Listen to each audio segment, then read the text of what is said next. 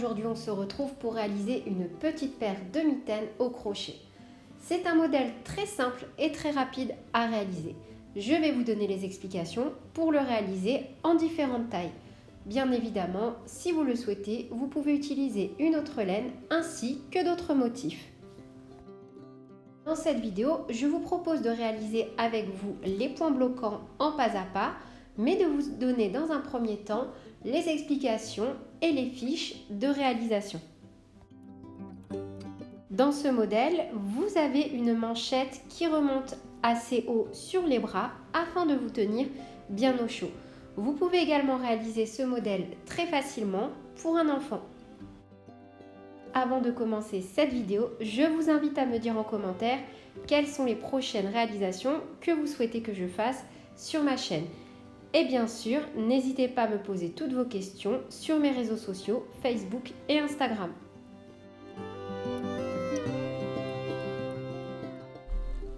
Pour le matériel, on aura besoin de 3 pelotes de laine acrylique de 25 grammes qui se crochettent avec un crochet de taille 4-5, ça veut dire une épaisseur de laine médium. On aura également besoin d'un crochet taille numéro 4 et d'une aiguille à laine. Au niveau du type de laine employé, si vous n'utilisez pas de l'acrylique mais du coton, par exemple, attention aux dimensions que je vais vous donner, mais je vais revenir dessus un peu plus tard donc dans la vidéo. Parce qu'en fait, si vous utilisez une laine différente qui est plus rigide, donc beaucoup moins souple et qui va moins se détendre, forcément le résultat ne sera pas du tout le même à l'arrivée. Au niveau des points employés, on va utiliser la maille chaînette, la maille serrée ainsi que les brides. Si vous connaissez ces points, tant mieux. Si vous avez du mal avec, je vous invite à aller consulter la playlist dans le petit i en haut à droite pour aller voir les techniques, donc comment utiliser ces différents points au crochet, où je vous propose donc des vidéos pas à pas. Si malgré cela vous n'y arrivez pas, n'hésitez pas à me contacter en message privé, sachant que pour tous les petits points bloquants, je ferai des petits pas à pas au cours de cette vidéo. Numéro 1, et surtout pour ma taille de poignet, j'ai effectué donc une maille chaînette de 26 mailles en l'air, puis je l'ai fermée avec une maille coulée sans faire vriller la chaînette.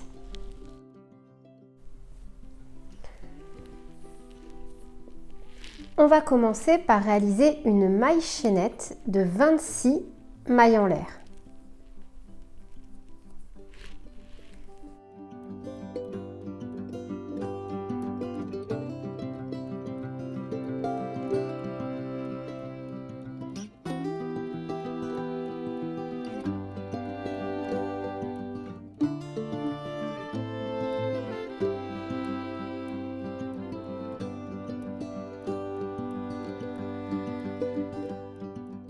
Une fois que c'est fait, on va venir fermer en cercle notre maille chaînette par une maille coulée.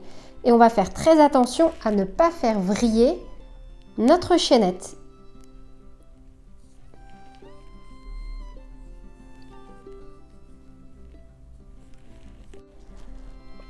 Une fois que l'on a réalisé donc nos 26 mailles en l'air, donc moi j'en ai fait 26 parce qu'en fait ça va correspondre à la taille de mon poignet. Là, regardez, j'en ai fait 26, mais ça a du mal à passer. J'ai fait exprès de mettre plus de tension, donc de serrer beaucoup plus mes mailles chaînettes sur la deuxième mitaine pour vous montrer la différence que cela va avoir sur la façon que l'on crochette, donc des dimensions finales. Là, c'est un peu trop serré comparé à la première mitaine que j'ai faite. Pourtant, j'ai fait 26 mailles en l'air dans les deux cas. Là, c'est vraiment une histoire de tension. Si vous crochetez en tendant le fil beaucoup plus que moi, forcément, votre ouvrage va être plus serré et plus petit. Si, comme là, vous avez des difficultés à le passer, c'est que ce n'est pas la bonne taille. Il va falloir rajouter, par exemple, 2 mailles en l'air supplémentaires. Si, en revanche, c'est beaucoup trop large, il va falloir en retirer. Je vous montre donc avec la première mitaine. Donc vous voyez, c'est déjà beaucoup plus souple et pourtant j'ai fait 26 mailles en l'air pour commencer cet ouvrage. Et c'est ce que je vous disais aussi en début de vidéo, si vous utilisez une laine différente, comme du coton, ça va être beaucoup plus serré que le modèle que je vous présente. Sachant que l'acrylique aussi va se détendre au fur et à mesure du fait de l'utilisation de la mitaine, mais également pendant que vous allez crocheter, le fil va légèrement se détendre. Si vous faites un modèle pour un enfant, je vous conseille donc de l'ajuster parfaitement à l'enfant pour lequel vous le faites. Après, bien sûr, vous pouvez réaliser ce modèle en partant sur une base de 20 mailles en l'air si c'est pour un enfant de 10 ans environ. Mais encore une fois, le mieux serait d'adapter directement le modèle en fonction du poignet. Donc là, la manchette est bien longue parce que je voulais que ça couvre quand même du froid et que ce soit agréable à porter. Alors juste encore une fois pour les besoins de la vidéo, j'ai fait un rang supplémentaire ici sur mon modèle de base, enfin ma deuxième mitaine. Donc j'ai fait un rang de 26 mailles serrées. Vous voyez bien que le résultat est un peu plus lâche, mais que ça demeure serré. C'était juste pour vous montrer que l'acrylique allait se détendre légèrement. Mais pour moi, là, ce modèle reste un peu trop serré quand je le passe au niveau de mon poignet. Voilà, c'est pas très confortable. Et la seule chose qui va se passer au fur et à mesure de l'utilisation, c'est que votre mitaine va se déformer. Donc, prenez bien en compte la taille du poignet, mais également de la main de la personne pour qui vous réalisez la mitaine.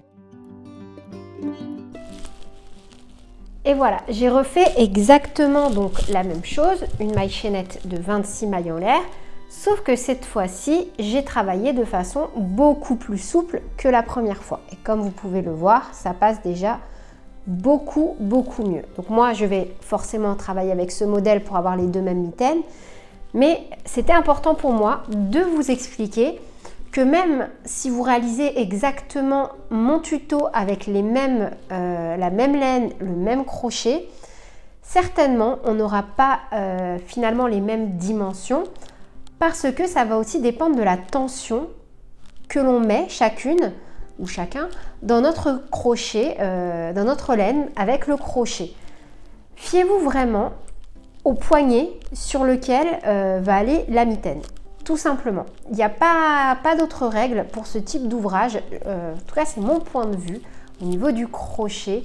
Quand on fait des choses près du corps, des pulls, des vêtements, enfin quels qu'ils soient, il faut vraiment les adapter à la personne à qui on les fait, puisque en créant nous-mêmes l'objet, on peut le personnaliser. Après voilà, c'est juste la petite aparté pour vous dire que peut-être que vous allez faire 26 mailles chaînettes, qu'on a exactement le même poignet, mais que votre mitaine va être beaucoup trop petite parce que vous tendez beaucoup plus le fil que moi. Une fois que vous avez fait donc votre maille chaînette, que vous avez fermé par une maille coulée, on va pouvoir entamer avec les rangs 2 à 7 où on va venir faire à chaque fois 26 mailles serrées.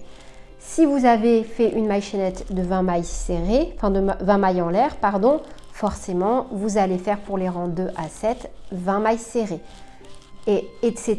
Peu importe en fait les mailles en l'air que vous avez montées au rang numéro 1, vous allez retrouver exactement le même nombre pour les rangs numéro 2 à 7 en mailles serrées. Pour le rang numéro 8, on va faire 10 mailles serrées, une diminution, 10 mailles serrées, une diminution et finir par 2 mailles serrées. À la fin du rang numéro 8, on aura un total de 24 mailles serrées.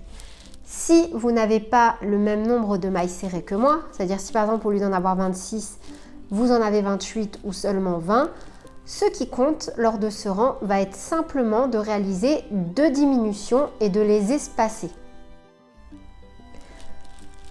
Et voilà à la fin de notre rang numéro 7. Pour le rang numéro 8, on va venir faire 2 diminutions.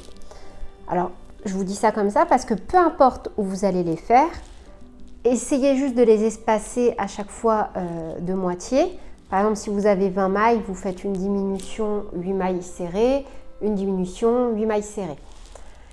Mais peu importe votre nombre de mailles, donc le plus important au niveau du rang numéro 8 va être de réaliser 2 diminutions en mailles serrées. Donc là, on continue toujours en maille serrée. Je vous montre juste une fois comment réaliser une diminution. Mais sachez, encore une fois, que si vous n'êtes pas à l'aise avec certains points que je vous propose dans mes tutos, vous pouvez aller les vérifier dans le petit i en haut à droite.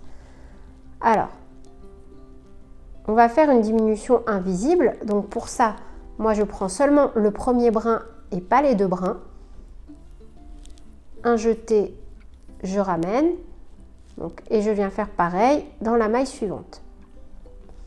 Un jeté, hop, on se retrouve avec 3 brins, un jeté et on ramène le tout. Donc là, j'ai fait une diminution. Je vais faire quelques mailles serrées, puis une diminution et finir en maille serrée. Donc moi, à la fin de ce rang, j'aurai un total de 24 mailles serrées. Tout ce qui compte, encore une fois, pour ce rang-là, ça va être simplement de faire 2 diminutions sur la totalité du rang.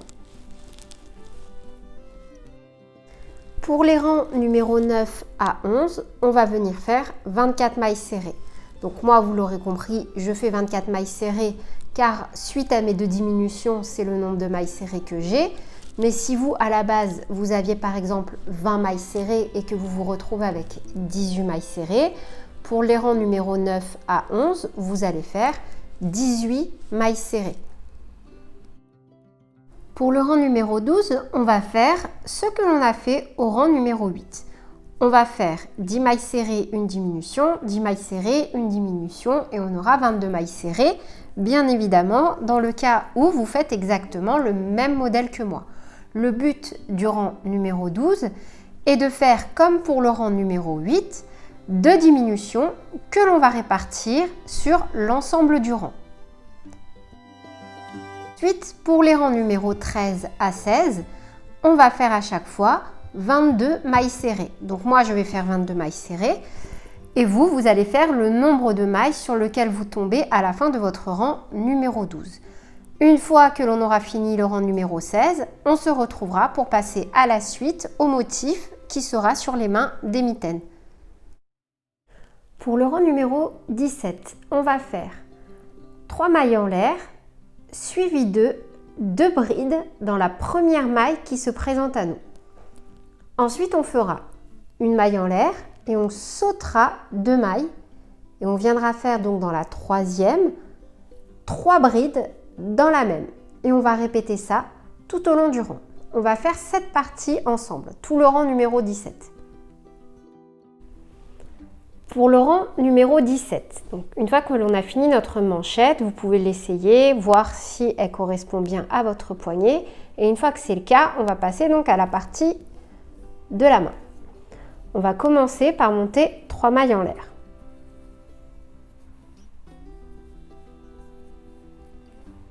Ces 3 mailles en l'air vont compter comme une première bride. Donc, on va faire un jeté et on va venir faire 2 brides.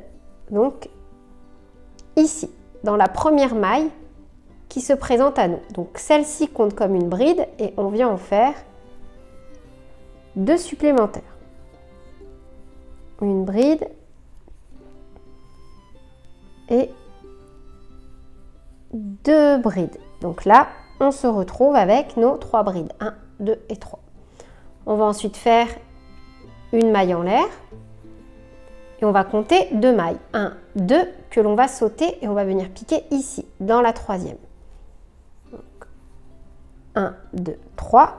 Et on vient faire ici un groupe de 3 brides. Et en fait, on va répéter ça sur tout le rang. Donc, 2 brides et 3 brides. Hop là, vous voyez, on est en train de former notre motif. On refait une maille en l'air, un jeté et on vient sauter de nouveau 2 mailles. Donc 1, 2 et on pique ici dans la troisième. Et on fait de nouveau un groupe de 3 brides.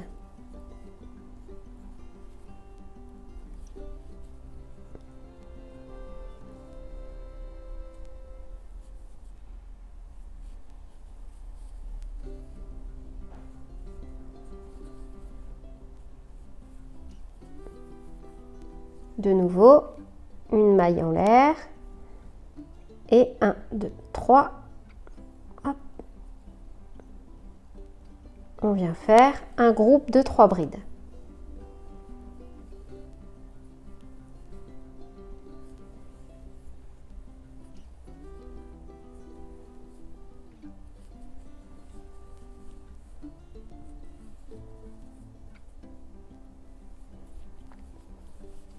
Une maille en l'air, un jeté, 1, 2, 3, hop, et on fait un groupe de 3 brides.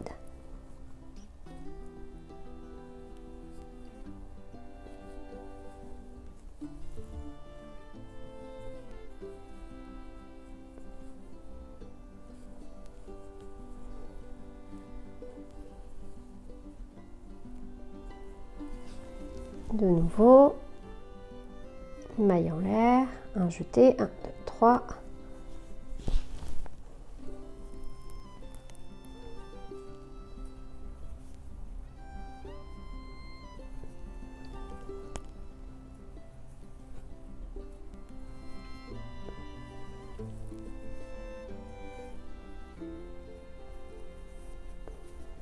De nouveau, un jeté, 1, 2, 3.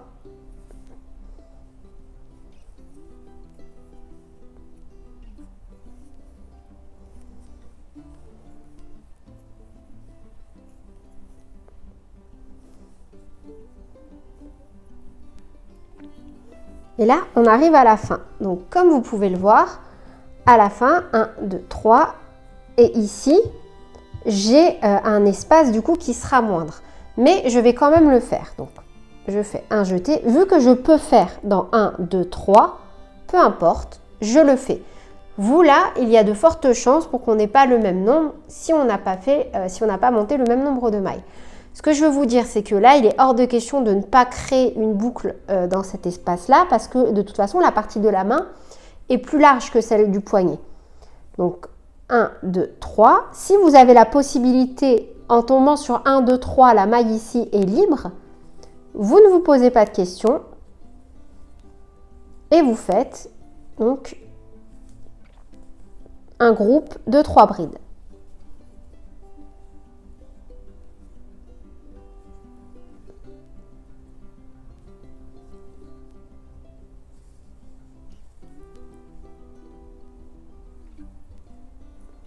Ensuite, on fait une maille en l'air et on vient piquer donc 1, 2, 3 ici pour faire une maille coulée. Donc, on fait la maille coulée dans la 3e maille en l'air que l'on a fait pour monter notre rang numéro 17. Et là, on vient de finir donc le rang numéro 17. Ici, donc à chaque fois qu'on aura fait une maille en l'air, ce sera l'espace du rang suivant pour venir reformer un groupe de 3 brides. Les rangs numéro 18 à 22. Déjà, on va tourner à chaque fois notre ouvrage dès que l'on va commencer un nouveau rang. Ensuite, on montera à chaque fois 3 mailles en l'air qui compteront comme notre première bride. On fera ensuite 2 brides dans la même, exactement ce que l'on a fait pour le rang numéro 17. Puis, on fera à chaque fois une maille en l'air et 3 brides dans chaque espace qui va se présenter à nous. Et on fera ça du coup à chaque fois pendant tout le rang. Donc pour les rangs numéro 18 à 22, on va faire tout ça. Et là, tout de suite, on va réaliser le rang numéro 18 ensemble. Pour le rang 18, donc, et jusqu'au rang 22, on va commencer par monter 3 mailles en l'air.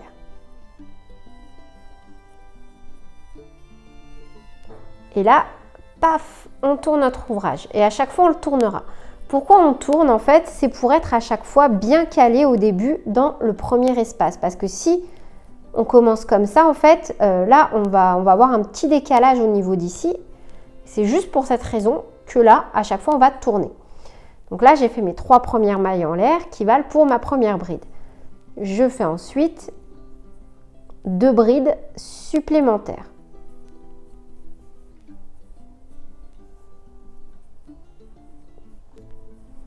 Et là, j'ai bien donc de nouveau 3 brides dans un espace. Je fais ensuite une maille en l'air et je viens faire un groupe de 3 brides dans l'espace suivant.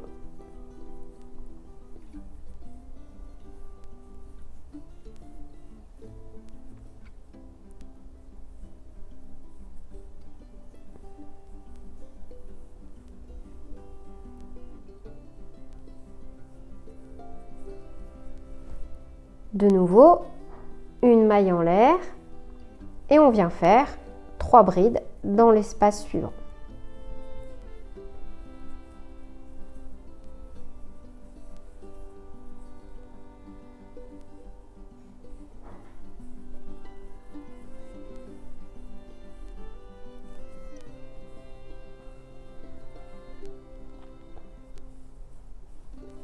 On va faire ça tout au long du rang numéro 18 et on viendra de la même façon, une fois qu'on sera ici, faire une maille en l'air, puis une maille coulée ici, dans le 3e brin. Et on répétera le rang donc 18 jusqu'au rang numéro 21.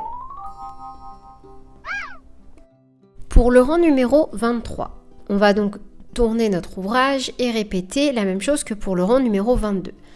Sauf que on va s'arrêter avant le dernier espace et on va faire 2 mailles en l'air et fermer par une maille coulée.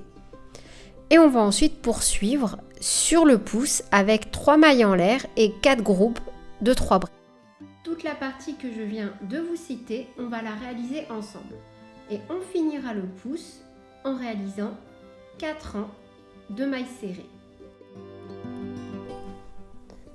À la fin du rang numéro 23, on est ici. Donc, on s'arrête avant le dernier espace qui est ici. Et on va venir former la partie du pouce. On fait 2 mailles en l'air. Et on va venir unir directement par une maille coulée.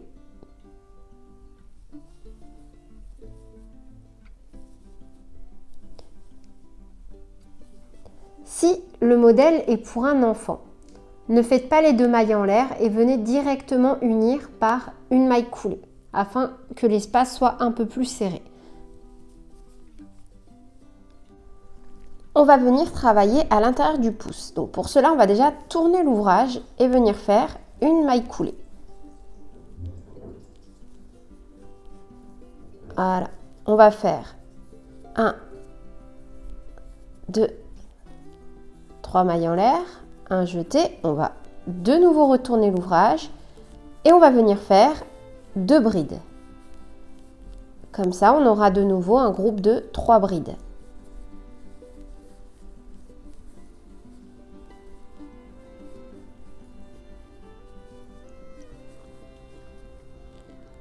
On va faire ensuite une maille en l'air et on va venir piquer dans l'espace ici.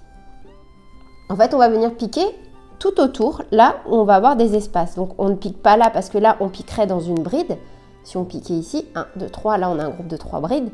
Donc, on ne pique pas ici.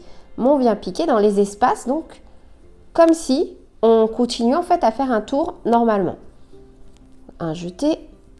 Et là, dans l'espace, on refait donc 3 brides.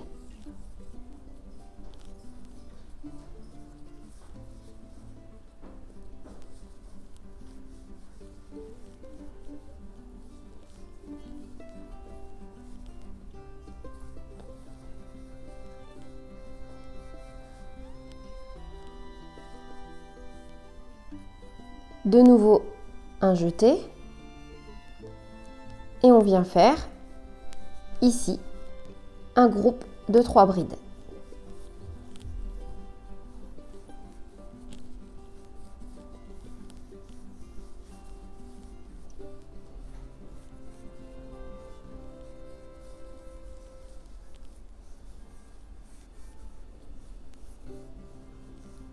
Un jeté. Et on vient refaire, donc ici, une dernière fois, dans le dernier espace que l'on a, un groupe de 3 brides.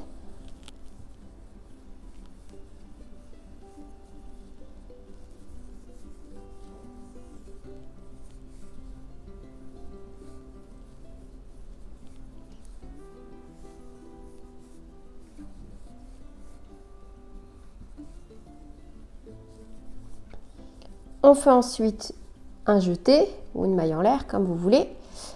Et on vient piquer donc là, dans la troisième maille en l'air que nous avions montée, afin de venir donc fermer l'emplacement pour le pouce.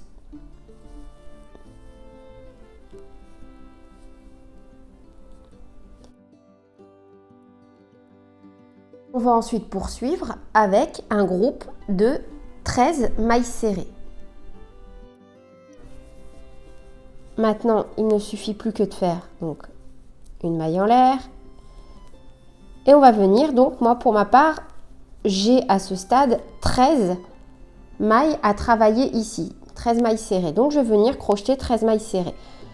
En fait, il va juste falloir à chaque fois prendre, du moins pour le premier rang, seulement la question va se poser, les brins. Donc à chaque fois que vous voyez des groupes, enfin des mailles, vous allez faire une maille serrée. Donc 1, 2, 3. Une fois que l'on a fini notre premier rang de mailles serrées, donc moi j'en ai trouvé 13, vous peu importe, on va en faire 3 supplémentaires pour un total de 4 rangs de mailles serrées au niveau du pouce.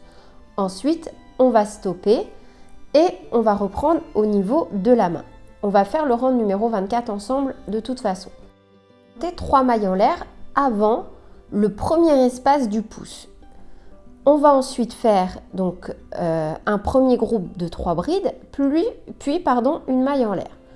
On va venir piquer dans le premier espace du pouce pour faire une diminution et rejoindre le second espace pour faire un groupe de 2 brides. On va ensuite faire une maille en l'air et on va continuer à travailler notre motif normalement. Pour le rang 24, vous allez positionner votre mitaine de la même façon que moi. Les 2 espaces du pouce, pour moi, ce sont ceux-là, 1 et 2. Donc, on va venir piquer ici, dans l'espace avant les 2 espaces du pouce. Ici, ce sont nos 2 espaces du pouce. Et ici, on va venir rattacher notre fil. Pour cela, on va monter 3 mailles en l'air. Alors, 1, 2 et 3. Et on va faire un premier groupe de 3 brides. Donc là, les 3 premières mailles en l'air comptent pour la première bride, vu qu'on va continuer notre motif. On fait donc 2 brides supplémentaires.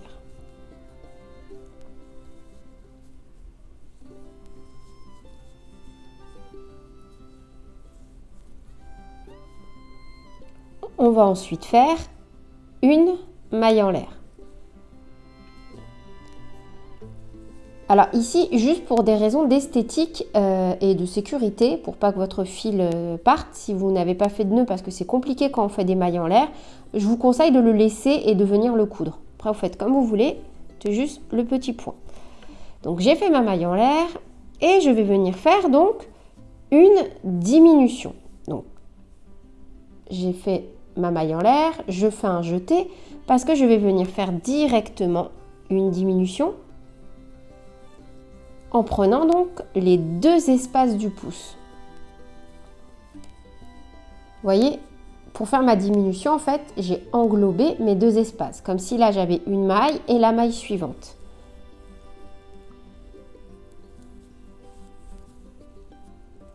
Et ainsi, ma diminution vient former une première bride. Je vais donc faire 2 brides supplémentaires pour mon motif.